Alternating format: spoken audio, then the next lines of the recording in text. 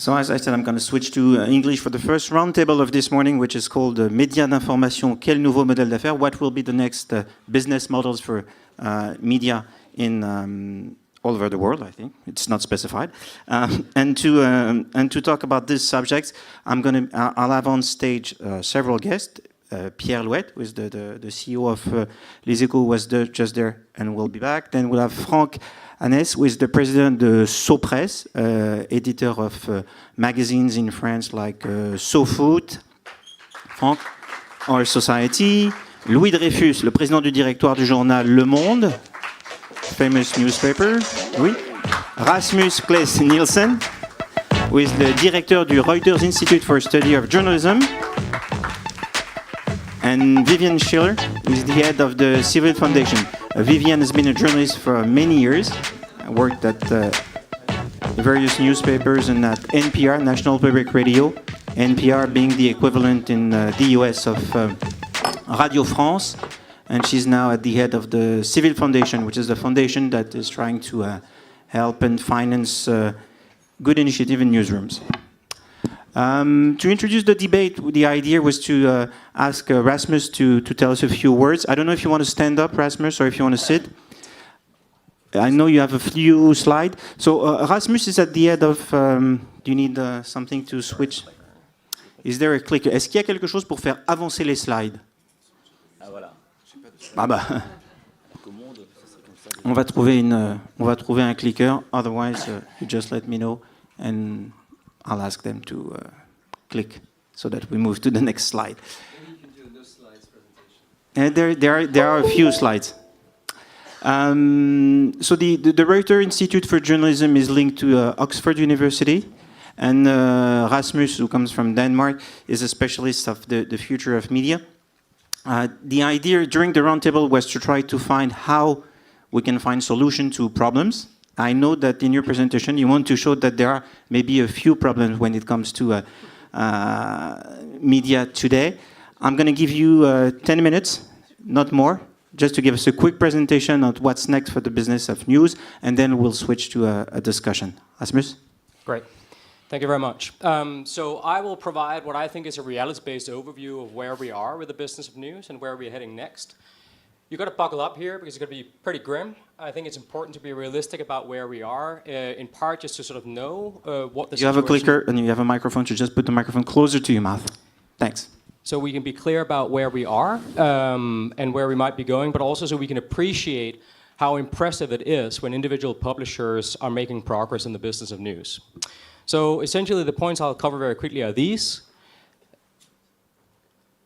First of all, the journalism industry is in a very tough place. It'll get even tougher. We need to know why, and on that basis we can identify reality-based ways ahead. So, very quickly, an industry in a tough place. I think the backdrop here is really, really important to recognize, which is that the main media that fund independent professional journalism has been in structural decline for more than half a century. This is data from the United States, just tracking newspaper print circulation relative to population since the Second World War. And the orange line is the share of advertising that goes to printed newspapers. This is not a new problem. We have had a very long-term structural decline of the main forms of media that have invested in independent professional journalism. Of course, the situation today is even tougher because as we move to digital media, a few very large US-based companies are incredibly successful and very dominant in the advertising market. So Google and Facebook alone, as is well known, account for a very large share of digital advertising globally, and everybody else, literally everybody else, is competing for the rest, including publishers, but also other platforms, of course, and many other entities that sell digital advertising. Why is this important for journalism? Most of us in this room are not particularly worried about the shareholders or owners of media companies necessarily. But of course, the reason we worry about this is that newspapers in particular have accounted for the majority of the investment in independent professional journalism in most countries around the world. This is just data from the UK, where even in a country with a well-funded, strong public service media organization like the BBC, you have 69% of investment in independent professional journalism coming from newspaper companies. So that's why we should worry about the future of the business of news, and in particular, the future of the business of newspaper companies. Why is it going to get tougher? Well, again, I think we need to face this head on. I don't think that being in denial is going to help anyone. The first point is simply this. Everyone, everywhere with access seems to generally prefer digital, mobile, and platform media to print and broadcast, right? We all have a supercomputer in our pocket, and most of us spend more time looking at that screen than we look at a television screen, let alone print. And we are, if I may say so, at the older end of the population. And this will only get more pronounced as we have generation replacement. Every time someone dies, it's a print newspaper reader and a broadcast viewer or listener. Every time someone comes of age, it's someone who sees the smartphone as the main screen through which they access their life, right? So what's the fundamental underlying issue here? Really, from the point of view of publishers, the central thing is this. It is that the competition for attention has become incredibly intense. This chart tries to chart the development in the United States between the supply of media content, the number of minutes that Americans have to choose from, divided by the amount of time they spend consuming media. So you have development from a situation in the 80s where people with multi-channel television had maybe 200 minutes of content available for every minute of attention. That's a human scale choice. We can choose between 200 options. To a situation in 2005 where these researchers estimated that people had 900 minutes of content available for every minute of attention available. That is not a human scale choice. That is a very hard choice to make.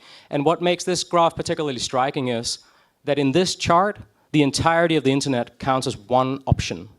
So of course, in reality, this graph goes towards infinity. That is the competition for attention today that publishers, like everybody else, are engaged in. So where does that leave us? Well, we had a media environment that was characterized by low choice for us as media users, and as a consequence, publishers had high market power. Today, we live in a world in which we as media users have high choice, and as a consequence, publishers have low market power, even if some other companies have very considerable market power. In a highly competitive market, prices will, everything else being equal, approximate the cost of serving one more consumer, and in an online environment, that cost is near zero. So pay models will be hard, and there will still be a very generous provision of news online that's free at the point of consumption from private players, digital-born players, legacy newspapers, public service media, and many others, even as some are demonstrably succeeding with pay models. Of course, in digital, it goes beyond this, because publishers primarily benefited from economies of scale, but also from bundling and high barriers to entry. This, too, is changing. The economies of scale are still there, but news has been unbundled. We consume individual articles rather than bundles of articles, and the barriers to entry have gone down. New entrants are coming into the publishing space without having to acquire printing and distribution plants. And of course, they now compete, the publishers, with the platforms, who have incredible advantages here, right? They compete with them for attention and for advertising. And in the platform economy, which is this winner-takes-all space, or winner-takes-most space, the dominant players have economies of scale, but also network effects and data network effects, which benefit a few dominant incumbents that really are now capturing a very large share of the advertising that historically helped fund journalism. Judging from how they spend their time and money, audiences and advertisers are fine with this. We spent our time with glowing screens, predominantly with the services and products provided by the platform companies, and advertisers buy our attention there. Everyone is voting with their feet, us as audiences, but also the advertisers that want to reach us. And this is not comfortable for publishers, but we have to recognize that this is the world in which we live. So where do we go from there? As said, I promised a dark backdrop so people can really shine when they tell us about how they are succeeding in this very, very tough environment. Well, you'll miss us when we're gone. That is not a funding model. So this is not a viable way ahead. Society needs us is not a funding model either. Societies and people needs lots of different things. And if we look around the world, I think we can realize instantly that most societies and most people do not get many different things that they need. So these are not reality-based ways ahead. But what are some possible reality-based ways ahead? Well, I think we can see some already. Advertising is getting much, much tougher. They'll be much less lucrative. They will require scale and very low cost, but they will work for some, right? We saw a round of layoffs in some of the dominant international digital-born startups like BuzzFeed and others last year that led some to conclude that this was all over. I have to say this. I think the investors may not be, through the roof impressed with this, but BuzzFeed, I think, generated $800 million in advertising revenues last year. That's not a bad failure, if you ask me. That's pretty impressive. Did they hit their targets? No. Are their investors going to be as rich as they hope to be? No. But is $800 million in ad revenue to invest in journalism relatively impressive? Yes, I think it actually is. And we see different places like this that are based on advertising that are approximating some form of success. Secondly, of course, we have reader revenue models. More and more newspapers in particular, but also some digital-born entities in particular in Europe are based on subscriptions or on membership. This requires really effective differentiation in a quality product. As I said before, there will be a provision, a very generous provision of free at the point of consumption online news from now for a long time to come for very basic economic reasons. This will not go away in the absence of some sort of cartel, which would be illegal. So that is probably not going to happen. So there will be free at the point, news that's free at the point of consumption. But we see, despite that some publishers are so good at delivering values for their readers that they will actually pay for it, either as subscribers or as members. This is very impressive, and we should recognize that success. Then, of course, market failure, which is fundamentally the risk we're running here, provides a basis for nonprofit or public support. And if targeted, this can be highly effective. And it'll work for some, and in some markets, where we either have a philanthropic culture that is recognizing the value of journalism and willing to invest in it, or where there are governments who are making decisions to provide support not to favor media that they control, state broadcasters in some countries, or to reward sort of compliant and politically aligned news organizations, as happens in some countries where direct subsidies essentially are sort of taxpayer bonuses for political organs of influence, but in ways in which these forms of direct and indirect public support actually support independent professional journalism, as we see in some parts of Northwestern Europe. And finally, of course, on that note, we should beware of oligarchs and politicians in the sense that there are other reasons to invest in journalism than the desire to support independent professional reporting. The exercise of power, for example, whether by commercial owners or political actors. So this is where we are. The industry is in a tough place. It'll get even tougher. We need to know why. I think I identified some of the core reasons. And on that basis, I think we can move forward. And I think there are ways forward, and I think we should recognize this is not doom and gloom. This is a reality-based view. It's tough, and it'll grow tougher for the business of news. But the best journalism today, as I see it as a citizen, is better than it's ever been. And we are seeing that it's becoming more important, and also that the public recognize this value and are willing to pay for it, willing to support it in other ways. And on that basis, I think we should just do this. Thank you. Thank you, Rasmus. Keep the microphone. We'll need the microphone on the... So you promised gloom. We've had the gloom. You promised a dark picture. We've had the dark picture. The idea of this roundtable is to see if there is hope. And if there is hope, what are the new rules or the new business models that we should try to build or to follow? I'm going to ask Vivian, who comes from the US, maybe to tell us, is there hope or optimism in the US today? What do you see when... in a small room, you meet with other reporters like yourself or people in the media industry. Are you more optimistic than you were maybe a few years ago? But are you still a bit pessimistic? Well, I have to admit it's pretty gloomy in the United States, and all of the headwinds that Rasmus laid out so cogently exist in the U.S. for sure. That said, there is some. I will move quickly because I could spend my entire comment just talking about how bad it is and talk about some bright things on the horizon. I'm going to actually use your structure because I think it's very useful when you talk about revenue models. Yeah, advertising, we're just going to skip over that for now because that is not a good picture. Pay models are working better than anyone expected, but for a very few number of organizations. I think the New York Times has surpassed even their own best expectations of how many paying members that they would have. The Washington Post, while not a public company, doesn't have quite the same transparent reporting, is doing very well. A few others are doing well. That said, I'm seeing a little bit of a troubling trend, which is a number of digital-only and I should say on the membership model, public radio, which has always been, sort of the original reader or listener, in this case, supported media, continues to be very strong, as are a number of not-for-profits. I should interrupt you just for 1 second, because people in France maybe don't know that NPR, which is the public radio that you used to be Yes. head, is not exactly financed the way it is in Europe. In Europe, in France, we pay, not at all. the public taxpayer gives directly money, but in the US, how does it work for NPR? Right. So NPR, National Public Radio, I used to be the CEO. There is well, it's too complicated. We could spend the rest of the session talking about how public radio is structured in the U.S. But no, it is not. It is not primarily funded by government money. There is a little bit, but not much. It is a very diversified set of revenue streams, actually, which I think has proven to be a model for many organizations that had so long relied on just two revenue streams. So it's a little bit of government money. It is listener support. It is philanthropic support. There is sponsorship, which is kind of like advertising, but with a little more rules around it, and other forms of earned income. So it's a nice diversified revenue stream. But the notion of listener support and raising money directly from the public has always been part of the culture, and many organizations have now tried to adopt that.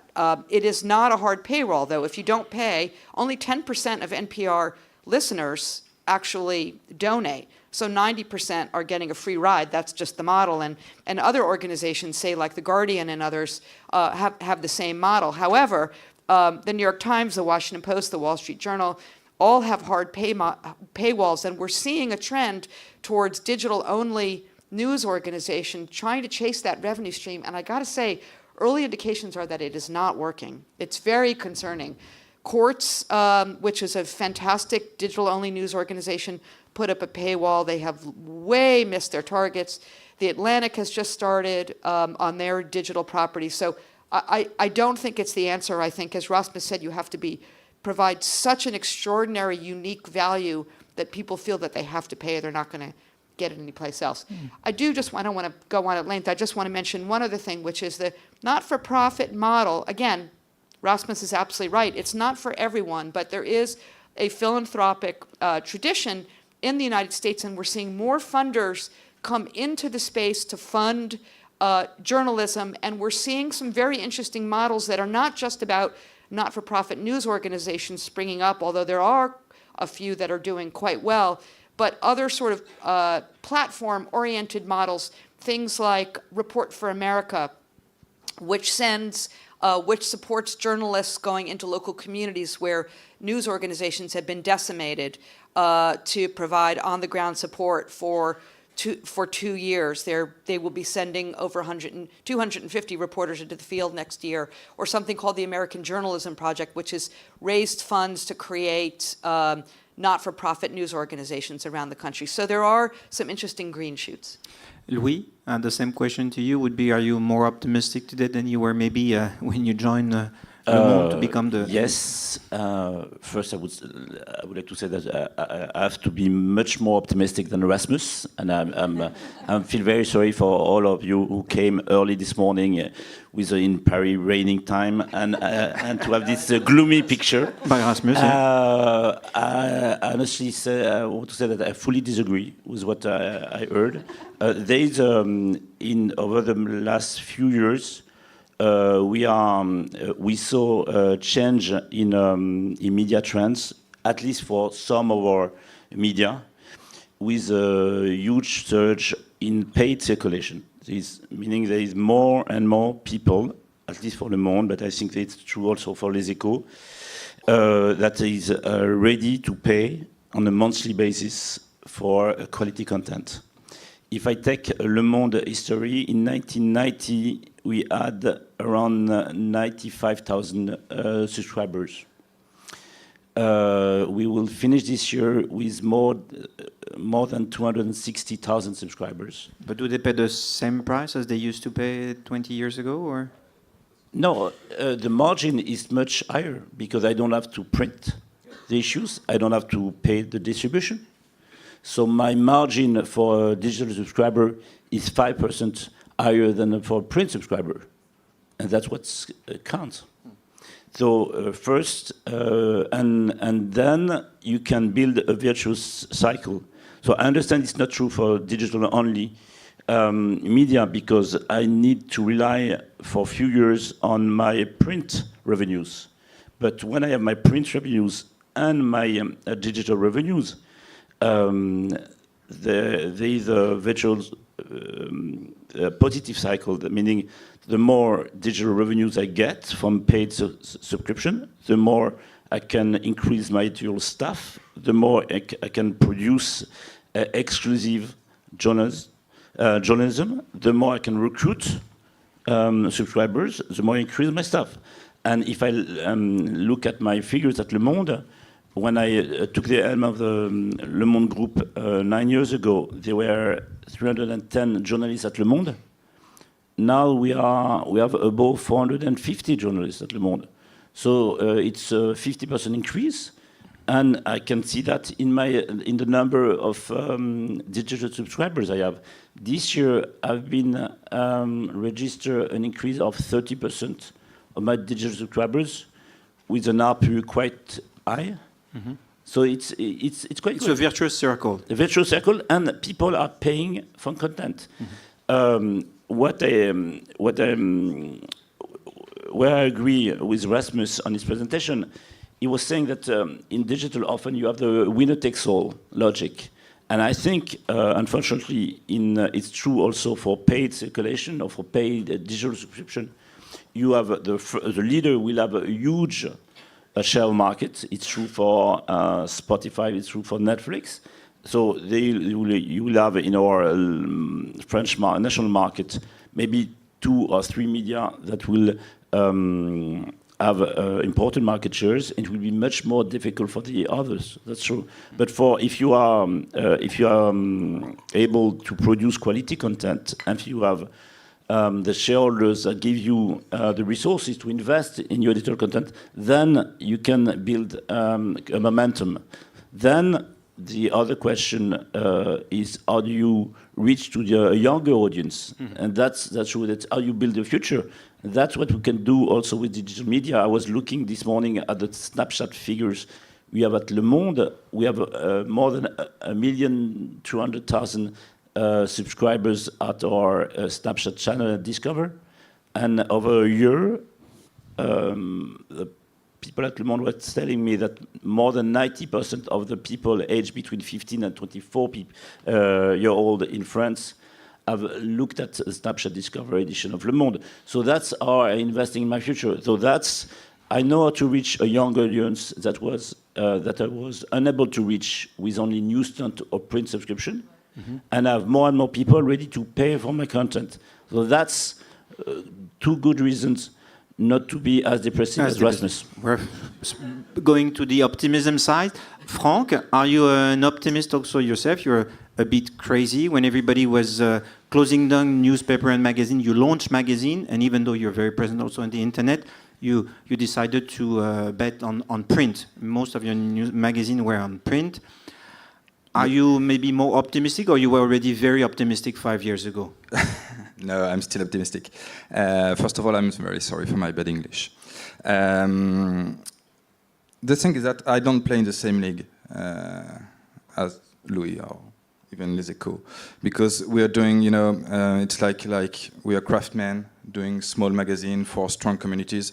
So we don't have exactly the same business model because we were born in the crisis. We were born in the beginning of the century, and internet already exists, Google already exists, and I don't want to fight against Google. It's the opposite of Sylvester Stallone said in Rambo. He said, if you want to survive the war, you got to become the war. It's not really my opinion. I prefer. I don't know if you know Rambo. He's a good friend of mine. Okay. Yes. It's a very famous movie, and in this movie you got the Colonel Trotman, and the Colonel Trotman said, "What? I don't remember exactly what he said. I remember in French, but I try to translate. You can say it in French. He said, "What he calls hell, what you call hell, he calls home." Mm-hmm. And it's exactly my point of view. You were born in hell. Because we're born in hell. So we try to invent a business model in this crisis. And so we started to do magazine that is now called slow journalism. So what does it mean, slow journalism? It's that you work less and earn less. So my income has nothing to do with Louis' income, but it's not very important because each time we go to a restaurant, you pay. So That's why you don't know time. yeah. So there's no problem with that. We decided to do our own magazine for only a small audience compared with Louis. So you have movies, football? Yeah, we got movies, football, cycling once a year? cycling, music, running, rugby.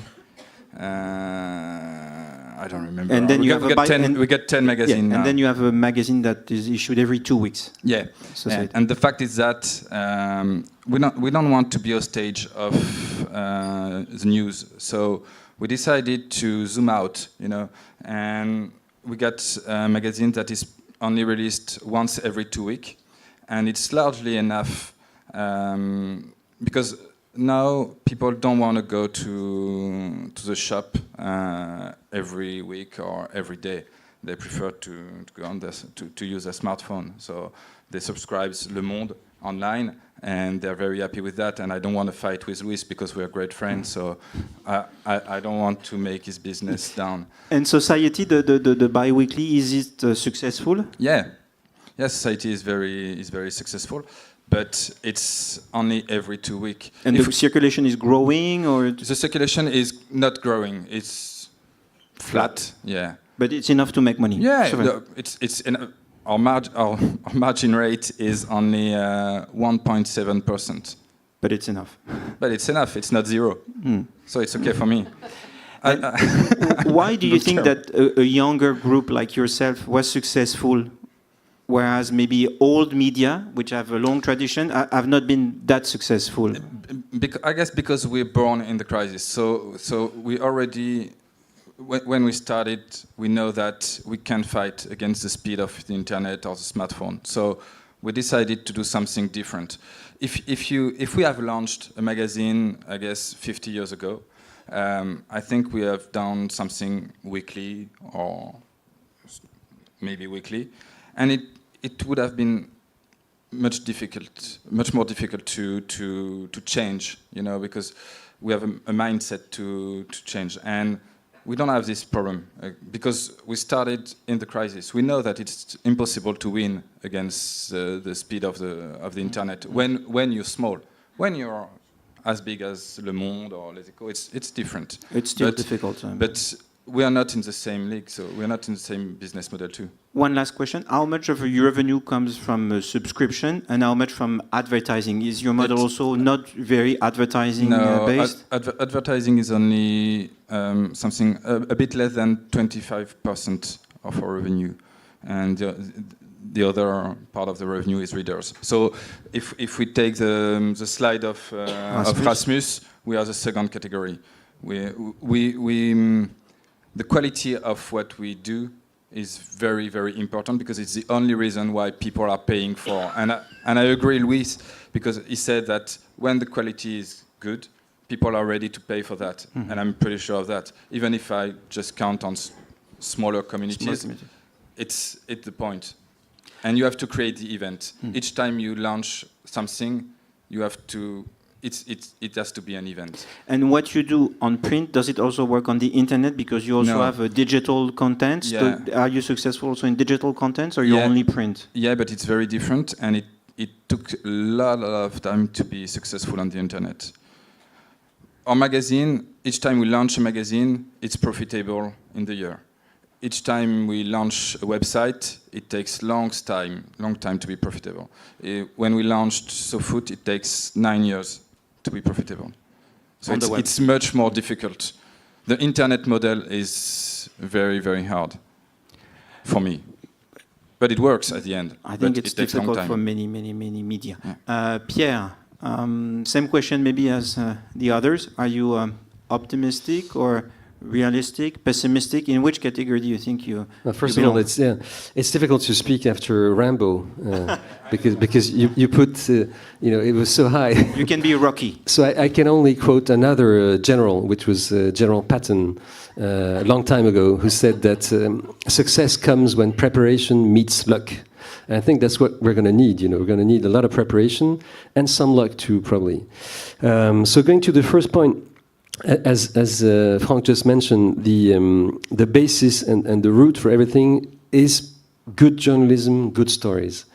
I think one can never spend enough time on that and emphasize it enough. You need to start with good stories.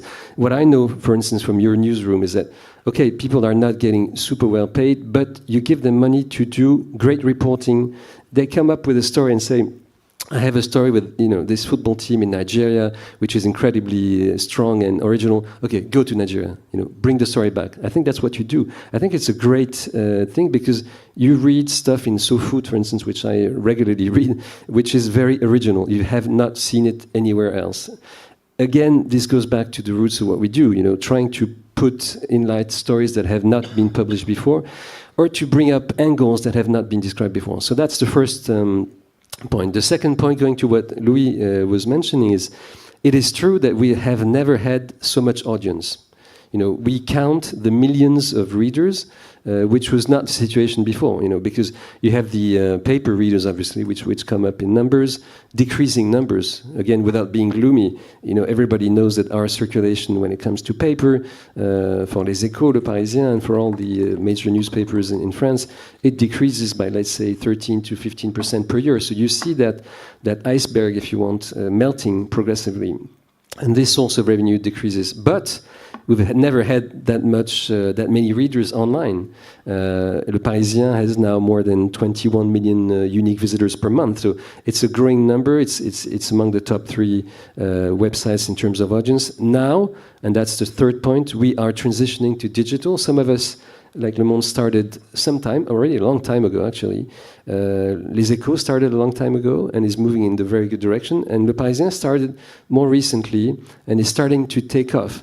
Actually, we're taking off with, and that's the irony of the history, with the help of a great publishing tool we have acquired from the Washington Post, owned by Amazon, Arc Publishing.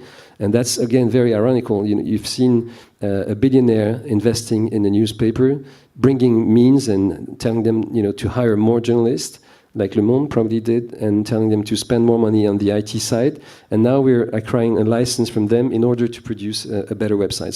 So we are improving and transitioning to digital. The fourth point for me is going to be diversification.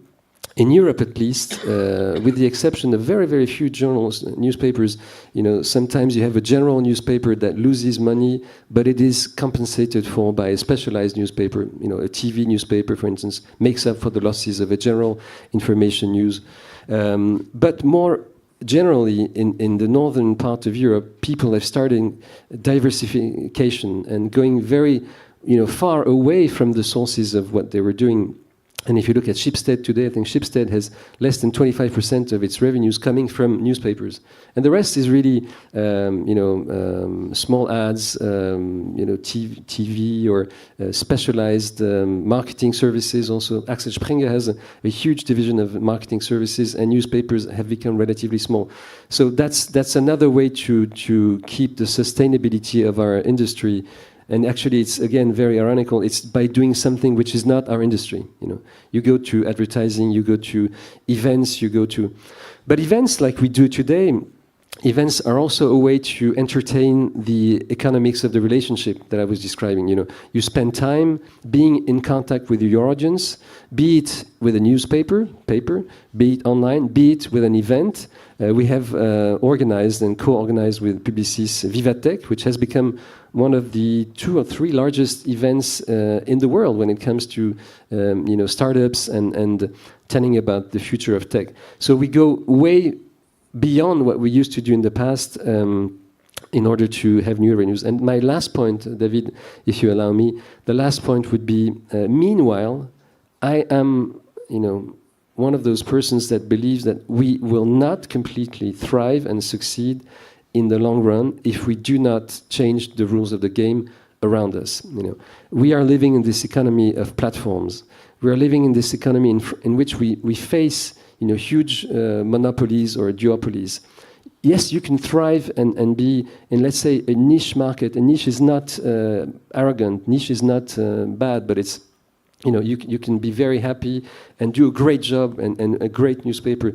But when you have to pay hundreds of journalists and thousands of employees, you need to play, the rules and compete in a much fairer way. And I think to that extent, we will not be able to live in the world in which the rules of domination have not been changed. And I think the momentum now has come, and the realization comes also in the United States, which is the place where the machines were born. The realization comes that, yes, you need to change those rules. It's not possible to live in the world in which some players can pretty much dictate if you're going to live or die. They can pretty much tell you, if you abide by our rules, yes, you can still be there. And if you don't, you have the choice not to breathe anymore. You have the choice to abandon 40% of your traffic. This is your choice. It's a choice, which is not a choice. Closed questions are not good questions. So I don't think we can live eternally if those things will change, and I think they will change eventually. Before I ask Rasmus a question, I'd like Vivian maybe to follow up on that. There is this debate in Europe where media organizations are fighting with platforms like Google on the need to rewrite the rules. Do you also have this kind of debate in the US? Do you also think that part of your future will come from a better relationship, a more balanced relationship with platforms? There's just, in the United States, there's just the beginning of some serious discussion about regulation of the platforms. We, obviously, in the United States, it's a much more sort of free market-oriented mindset than it is in Europe. So all eyes in the US are on what's happening in Europe, since obviously these are global platforms, and what happens in Europe is going to affect what happens in the United States as well. But those conversations are just beginning. I'm skeptical that there will be any meaningful legislation. I'm actually skeptical about legislation personally, but those are two separate things. It's very tricky, but it's really, there's no doubt that Europe is leading here, and I don't expect that to change anytime soon. Rasmus, maybe the first conclusion of this roundtable is that there is a future, but not a future for everyone. It means that only a few media will survive. Is this an opinion you share? Is that there are business models that can survive, that can thrive, but it will be a word with maybe fewer media in the long run? Look, I mean, this is incredibly gratifying to be invited to Paris and then sit on the panel, and I just sit nodding along, feeling that everyone proves me right. It's incredibly, I'm very grateful for this very satisfying experience.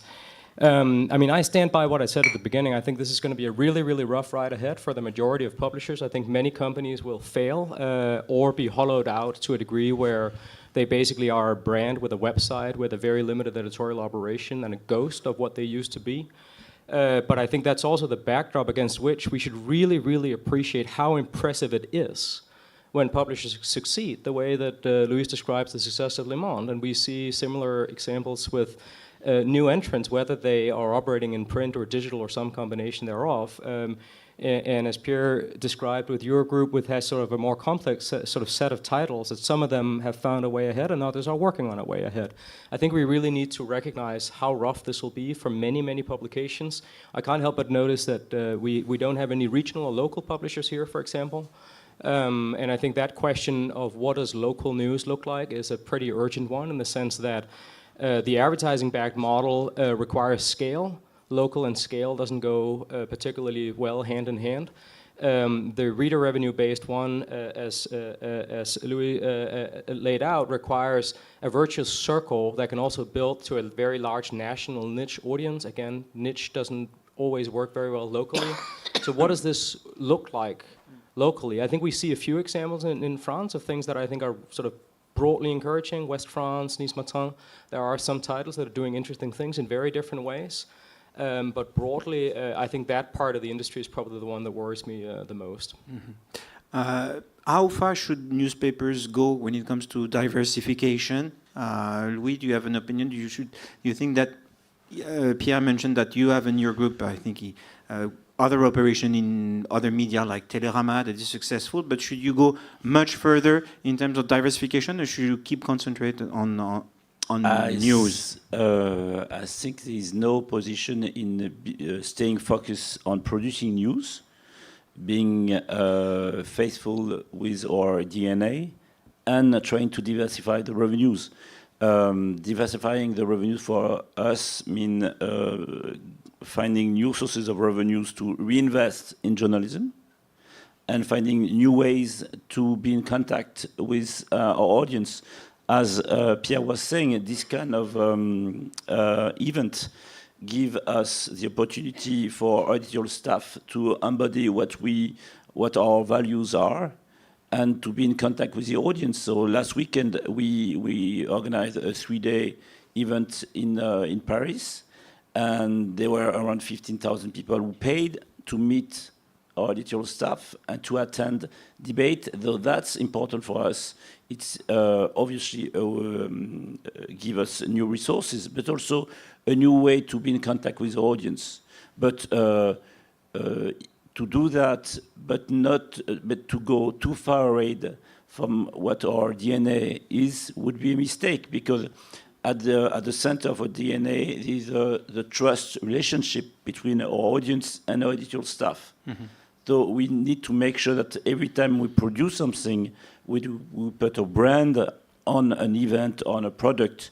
There is no question of why we did that and who did that. Mm-hmm. So we are very careful of that, and that's why we were so careful when there was this shareholders issue around Le Monde.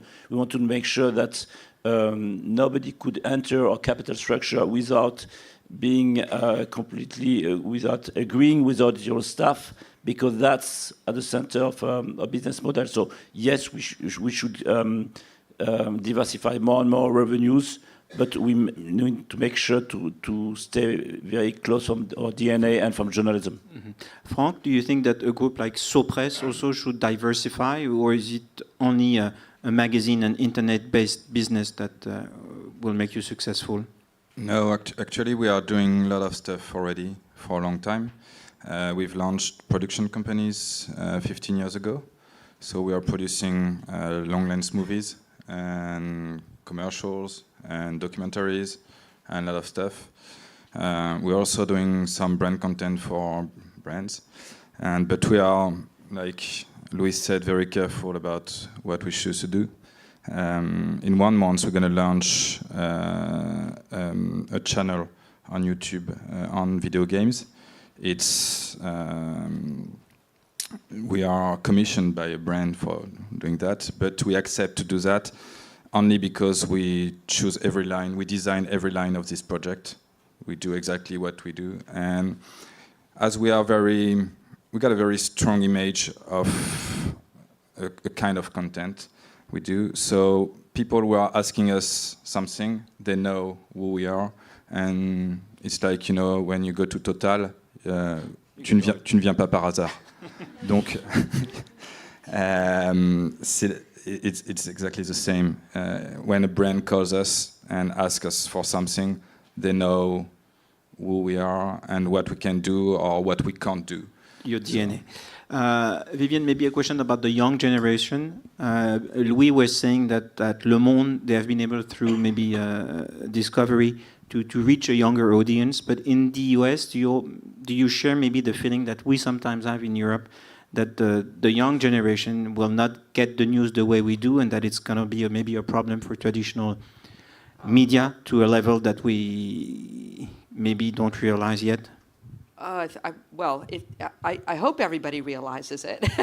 If they don't realize it, they've been living under a rock. I mean, there's, without a doubt, there's no, and actually the Reuters Institute puts out some very good data around how younger people of different ages are consuming the news, and it's stark. I mean, print and television may as well be non-existent for news. I mean, they are non-existent.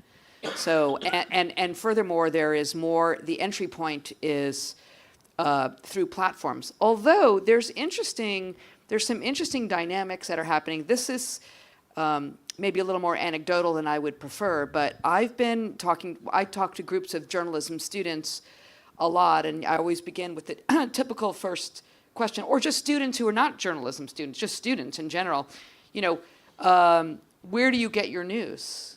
And it's podcasting is actually massive in the United States. And I was surprised in a class I spoke with, a group of students I spoke with recently. We ran around the table and almost all of them began their day listening to the New York Times podcast, The Daily, which just hit 1 billion downloads and has a very young demographic. So there's some interesting experimentation going on with different forms that I think may attract younger people.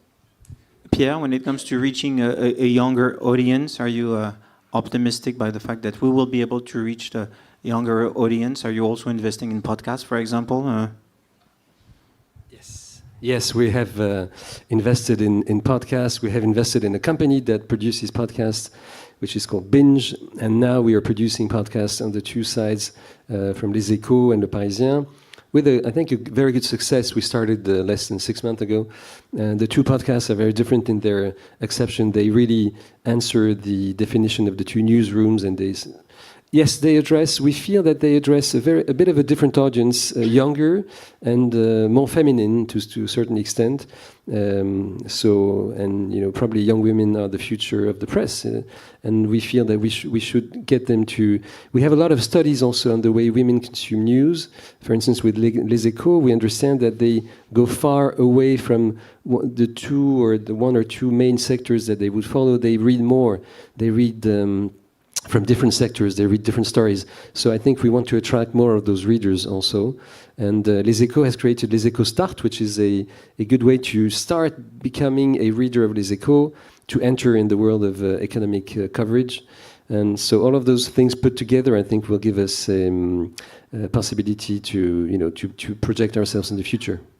Rasmus, for conclusion, in less than a minute, maybe, are you optimistic about the young generation? When it comes to media? I'm extremely optimistic about the young generation. I mean, I think the timeless promise of professional journalism is that we will seek truth and report it.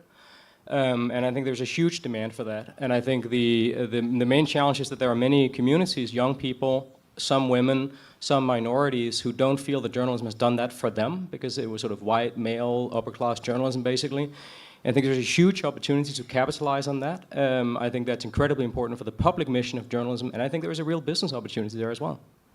Thank you very much to all of you. I think that we finished this first roundtable on a more optimistic note than we started. Thank you very much.